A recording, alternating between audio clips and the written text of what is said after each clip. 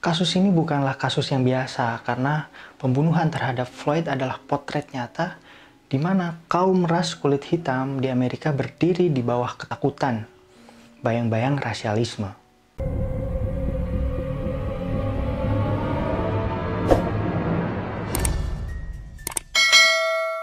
Halo, jumpa lagi dengan saya Kik Paparugi. Kali ini saya akan membahas tentang rasialisme di Amerika. Dan tentu saja ini memiliki kesamaan pola dengan rasialisme yang terjadi di Indonesia yang dialami masyarakat Papua hingga saat ini. Beberapa hari lalu sempat trending di Twitter #LifeMatters karena kasus rasisme di Amerika. George Floyd, seorang warga kulit hitam, diduga membeli rokok dengan uang palsu.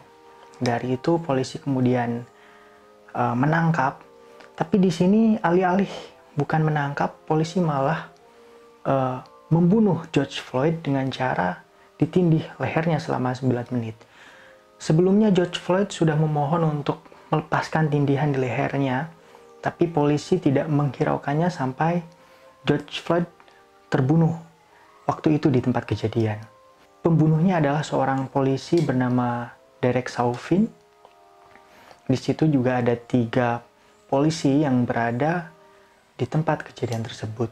Polisi itu kemudian dipecat dan didakwa sebagai pelaku pembunuhan George Floyd, dan 3 polisi lainnya didakwa sebagai pelaku kejahatan karena berada di lokasi saat itu. Kejadian itu kemudian memunculkan protes di 75 kota di Amerika Serikat dan puluhan ribu turun ke jalan untuk melakukan demonstrasi.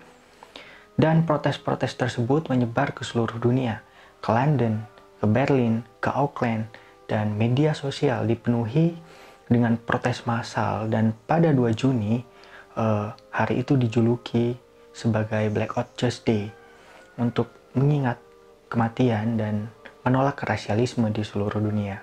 Kasus ini bukanlah kasus yang biasa karena pembunuhan terhadap Floyd adalah potret nyata di mana kaum ras kulit hitam di Amerika berdiri di bawah ketakutan, bayang-bayang rasialisme. Kasus George Floyd terjadi 2 bulan setelah pembunuhan terhadap wanita kulit hitam bernama Breonna Taylor. Dan seorang profesor, Keisha Ann Blaine dari Universitas Pittsburgh, juga mengatakan bahwa ancaman warga di kota Minneapolis bukanlah virus atau pandemi, melainkan kekerasan polisi. Kekerasan terhadap orang kulit hitam di Amerika itu memiliki sejarah yang panjang dan berabad-abad. Dahulu juga sering terjadi kekerasan terhadap orang kulit hitam karena orang kulit putih menganggap bahwa mereka memiliki derajat yang lebih tinggi daripada orang kulit hitam. Dengan itu, hak-hak kebebasan orang kulit hitam dibatasi karena ada stigma-stigma tersebut. Jauh sebelum George Floyd dilahirkan, sekitar abad ke-20, hukuman mati tanpa pengadilan bagi warga kulit hitam itu diberlakukan sebagai taktik untuk mengendalikan kehidupan warga kulit hitam.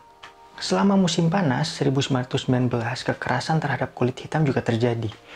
Eugene William, remaja kulit hitam, dibunuh pada 27 Juli 1919 karena dia berenang di bagian khusus kulit putih di Danau Michigan.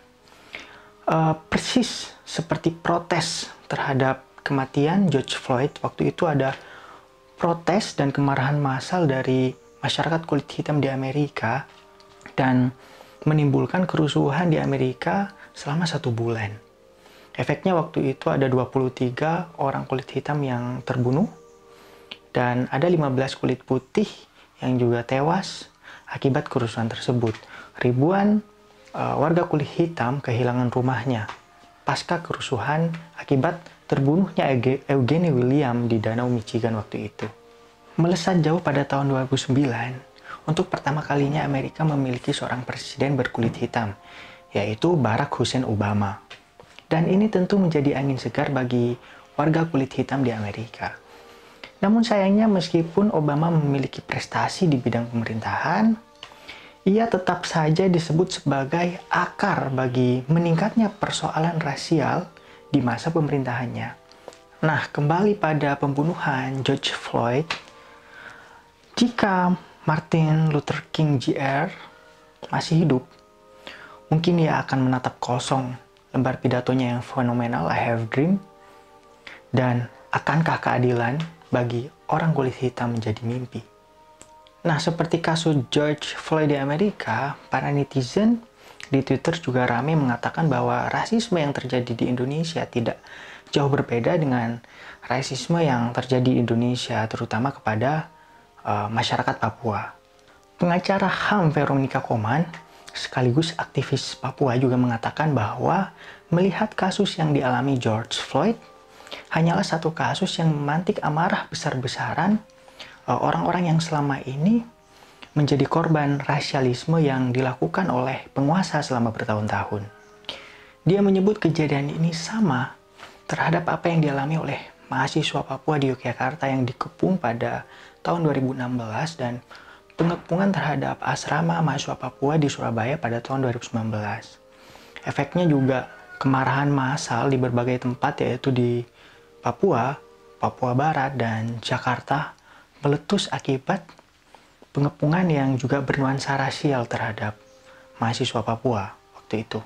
Cisco, mahasiswa Papua yang berada di tempat kejadian waktu itu pada 2016 di Yogyakarta, bercerita bahwa kejadian hari ini di Amerika kurang lebih sama dengan kejadian rasialisme di Indonesia yang dialami oleh mahasiswa-mahasiswa Papua. Dan waktu itu tersebar viral foto-foto mahasiswa Papua yang ditarik hidungnya dan kepalanya juga diinjak. Ini menandakan bahwa rasialisme dilakukan oleh penguasa. Dan waktu itu ada mahasiswa Papua bernama Obika Goya, dia dituduh menyuplai senjata ke dalam asrama, padahal kenyataannya dia hanya memberikan makanan terhadap rekan-rekannya yang terkurung di dalam asrama. Dan akibat dari itu dia dikenai tuduhan melawan aparat waktu itu. Cisco juga mengatakan bahwa rasisme terhadap masyarakat Papua itu dipelihara oleh negara.